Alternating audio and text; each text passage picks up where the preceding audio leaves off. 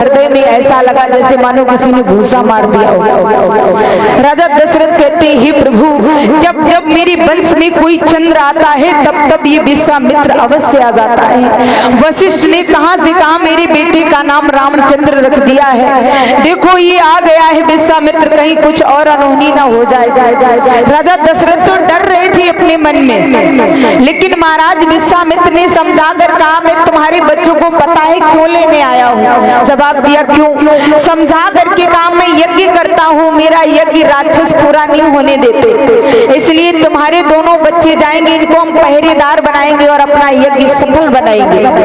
राजा दशरथ ने ये बात सुनी तो भाव विभोर हो गई, अरे मेरे दो पुत्र इतने बलशाली हैं। जवाब दिया, हाँ। राजा दशरथ ने कहा, ये आप ले जाइए, आप ही के बच्चे हैं, मेरे हैं तो है लेकिन आपके सबसे पहले हैं। आज महाराज विश्वामित्र जी भगवान श्री राम और लक्ष्मण को लेकर के चल देते हैं। आगे बढ़ते हुए जा रहे हैं महाराज खगोल विद्या शास्त्र को बताते हुए।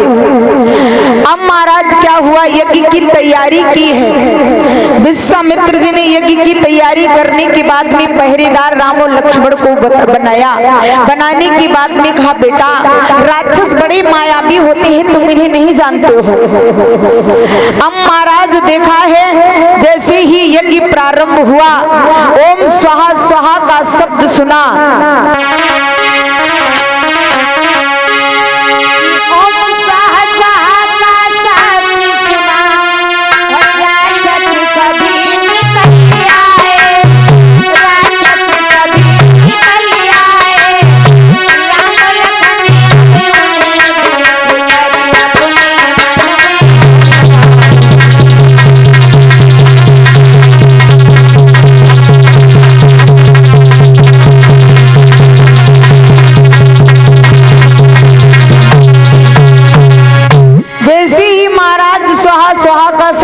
सभी राक्षस बाहर निकल के आ गए यज्ञ को विध्वस्त करने के लिए।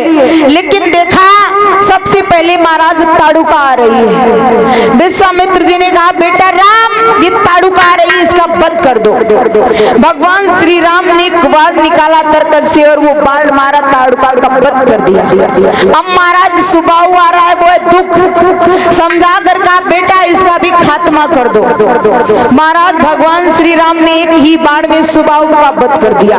अब मारी जा रहा है। विश्वामित्र जी कहते, बेटा राम, इसे भी छोड़ना नहीं है। भगवान श्री राम ने कवाड़ अपने तरकस से निकाला और वो बाण जैसे ही अपने धनुष के ऊपर चढ़ाया, चढ़ाने के बाद में कहा, भैया हम इसे मारेंगे नहीं। लक्ष्मण ने कहा, क्यों? समझा कर कहा, अभी इसकी हमें जरूरत पड़ेगी। इसलिए महाराज ऐसा बाण मारा है भगवान श्री राम ने कि वो 100 योजन की दूरी पर जा गिरा। आज महाराज भगवान श्री राम और लक्ष्मण के बाणों से ऐसे राक्षस मरते हैं जैसे पतझड़ की मौसम में वृक्षों से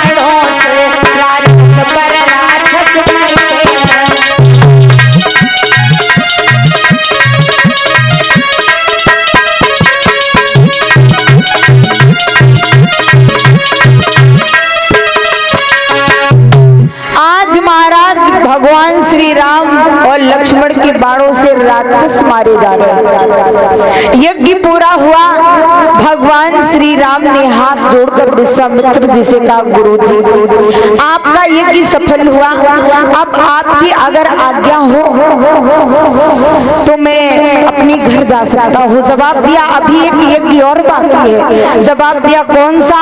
समझा कर कहा, हमें आपको भी मिथिलापुरी चलना पड़ेगा, क्योंकि पत्र आया है मेरे पास। पत्र वो आया है कि महाराज राजा जनक की पुत्री जो सीता है, उन्होंने बचपन में भोले बाबा का जो धनुष था, उस धनुष को एक ही हाथ से उठाया था।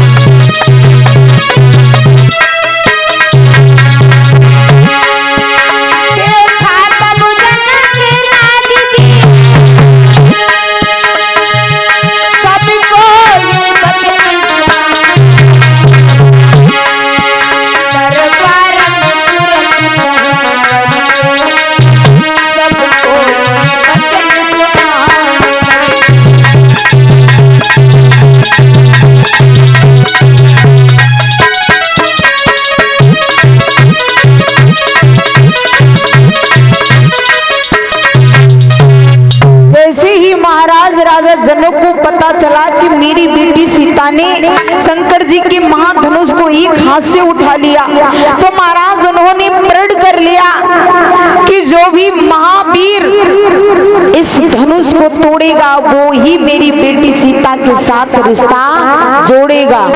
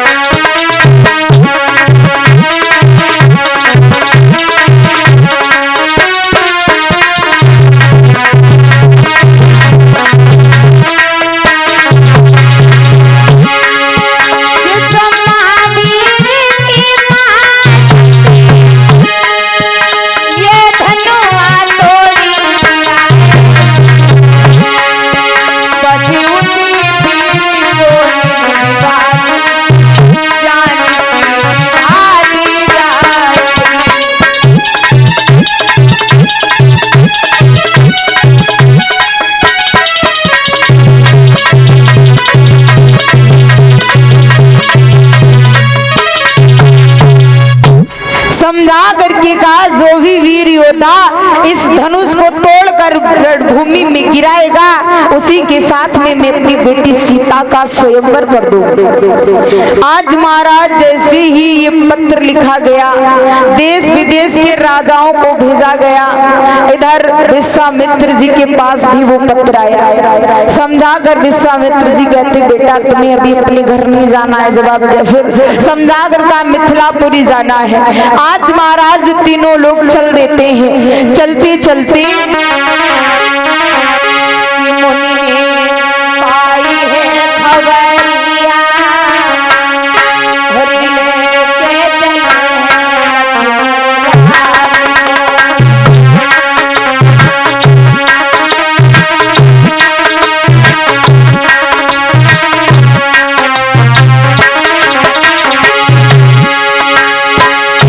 मुनि ने आई है खबरिया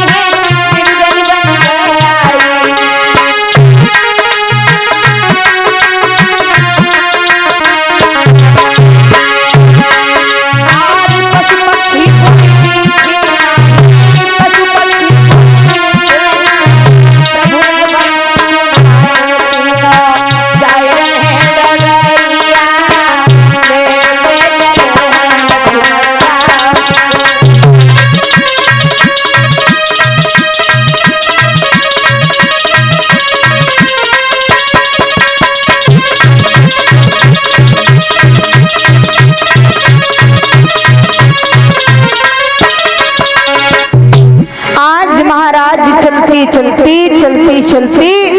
एक ऐसे निर्जन वन में पहुंचे जहां कोई पशु पक्षी नजर नहीं आता।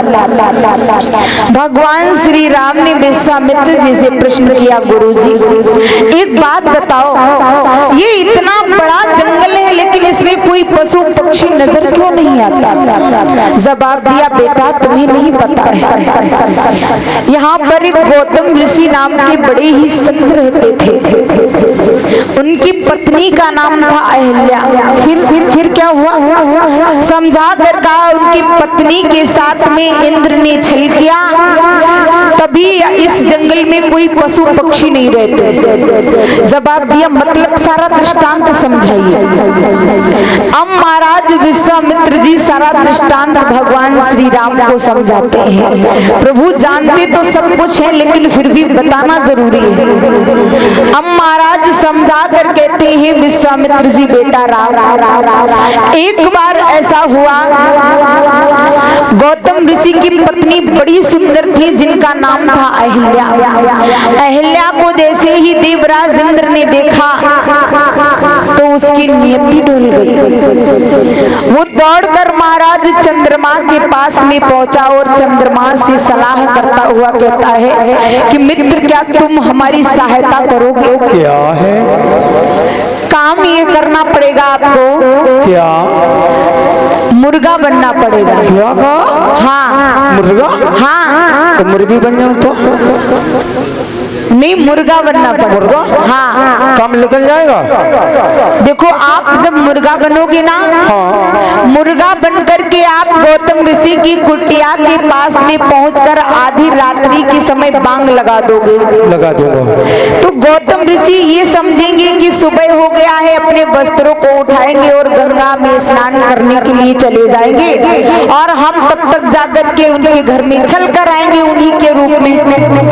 चंद्रमा ने पहले तो मना किया महाराज, और जैसे ही मना किया देवराज इंद्र ने कहा हम तुम्हें श्राप दे देंगे अगर तुमने मेरा कार्य नहीं किया। तो महाराज समझाता हुआ देवराज इंद्र कहता है,